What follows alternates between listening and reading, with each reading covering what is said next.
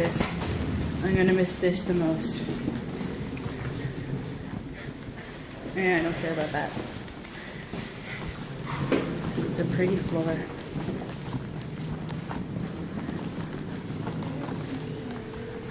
This is cool too. Goodbye, condo. Oh well, now building. Food? I'm gonna do a mixture of vlogging and filming. Wanted to film. Wanted to be creative. I don't know if I'm gonna do anything with it, but just want to go back to at least trying. Wow, this is beautiful. All right, back to artsy fartsy stuff. I have to be very careful because there's a monarch butterfly. Don't know if you can see it. It's over there. And it's beautiful. I'm just gonna slowly walk up to it. I don't even know if it's a real monarch. Oh, I'm so close. Oh God, it's so pretty. I'm just gonna... No. The birds are gonna scare it.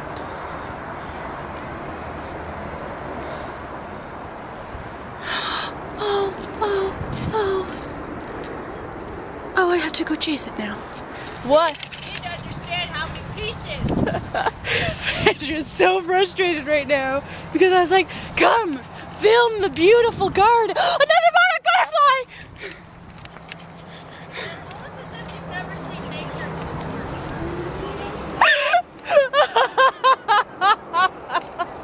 The content creator stalks her prey. She approaches quietly and slowly as she decides to make the shot. Let's move in a little closer to see.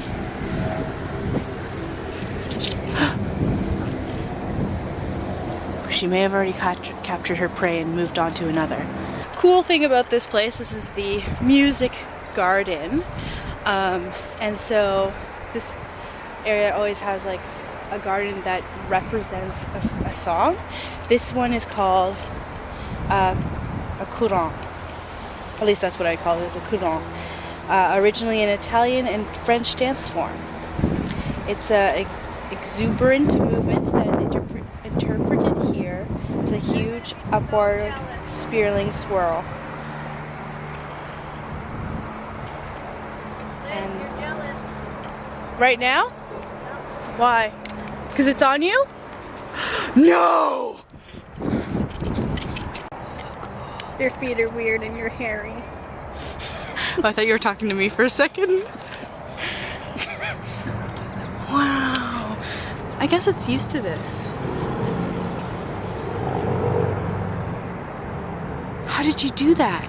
Well, he fell because he's graceful like you. This is your spirit animal.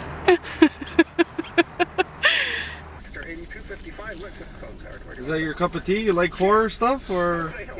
If I'm iffy about it. I like the thriller side of it. I just don't like stuff too gory. It makes me sick. So more suspense. Yeah, like the suspense and then the adrenaline rush when you go boo and like the jump scares. Yeah, I've gone into that over the years. I used to hate it when I was a kid. But You'd be interested to see that, though, right? well, Evil Dead, I know of it, and it's not mostly like scary like thriller. It's scary because it's gross. Like it's disgusting. All the blood and gore and stuff. It was funny in the what was it, 80s or 70s because it just looked so fake. But they redid the movie, and I saw the trailer, and it was the R-rated version of the trailer, and I was like, I can't. I'm never watching this movie ever. It's so gross. She cuts her tongue in half. Ugh. They're like zombies, right? Yeah, like it's a. Ooh, that looks very cool. Sorry. Yeah, it's basically one of the girls get possessed because they read this book in the middle of the forest, and then she starts killing people, and she goes crazy and zombie-like and cuts her own tongue, and it's just It's very violent, and I wonder how the musical is gonna play out. yeah, I don't know how they.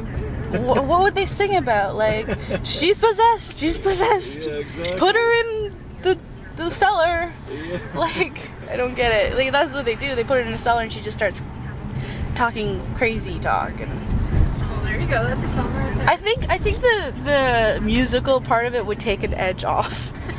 Like, significantly. Like, I'd be like, that's disgusting, but it's hilarious that they're singing right now. That's why, like, because I know Evil Dead, when I saw the musical, I was like, wait, what?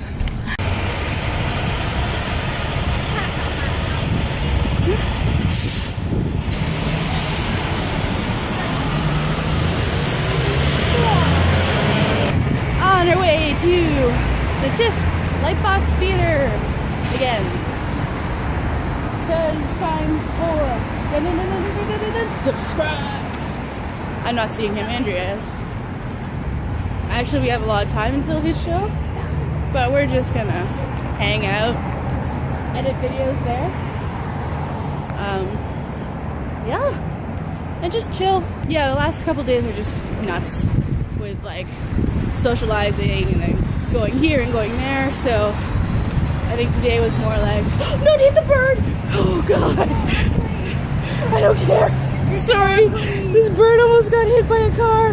Yes, use your wings! I'm in for the last show of the night, and again, Andrea is all the way over there. Again, next time, maybe book your seats at the same time as your friends. I wanted to do something about that 3 years because at that point, it was really our job. This was definitely a career, and YouTube had progressed to the point, you know, by 2012 that it was a serious thing, and people were, you know, paying attention to it. And so I thought it would be great to tell the story of how this became my job, because the question always comes up when I tell people what I do. They're like, you can make money on YouTube? Like, how, even today, after, you know, we've been hustling in this game for, you know, some people 7-8 years, still people don't know that there is good quality content that is rivaling Netflix and Hulu and all these places that happens on YouTube, and there's these core creators that you all know and love, but the rest of the world doesn't. There's nothing better than to feel like you're making a difference, and it really was very special to get those. My favorite thing, I like binge on before and after pictures. That's like my favorite thing to look at. So like people that send me before and after pictures, it's like, it's like porn or something. I just love looking at the before. I'm like, oh look, oh they look so great. Like I like doing the comparisons. If you're gonna do a before and picture, listen, there's a certain way to do it. The before picture has to be on the left. It's like if you read, you know, before and after. I don't know why, I love before and after pictures, but that was a big deal to me. Porn and I don't look at porn, I'm saying. You're just opening it up. Yeah. I would say I've had a few experiences with people, meeting them at shows and them having tattoos of my lyrics. That's a big one for me. I've also had the weight loss and people running marathons because of things I've done. But the story that I wanted to share, not to bring it down, but today when we were doing our meetup for the Women of YouTube, I had a young lady come up to me who last year I saw during a meetup, and she had me record. I think she I won't tell her name because she might get in trouble, but she works at a hospital. And she recorded this video saying that one of the girls that she was taking care of was a big fan and had had a really rough time, and if I could just record a quick little shout out to her saying hi and, you know, I wish you were here. And she showed back up this year and mentioned that that's where I knew her from. And I asked her about the girl, and she said that she'd actually passed away a few months later. And she was a 10-year-old that had passed away because of heart failure. And we both, of course, just started crying and hugging each other. But it was one of those cool moments where you're at something like this and people want to take a picture, people want you to just talk to the camera to say hi to their friend. You never really know their story or what they're going through. And, you know, some of the questions that I asked her afterwards, I was like, I know that obviously she was having a hard time, but did she enjoy the video? And she's like, oh man, she saw that video and her face lit up. You know, it was one of those things I brought up to the doctors, and we're not allowed to bring things to the hospital to show them, anything like that. And I asked if I could show them the video, and they were like, of course. Like, why would we say no to that? So it was a cool moment for me to know that something so small and so minor from a year ago, even here at Buffer Festival, was something that a little girl saw and hopefully made her feel a little bit better in the hospital.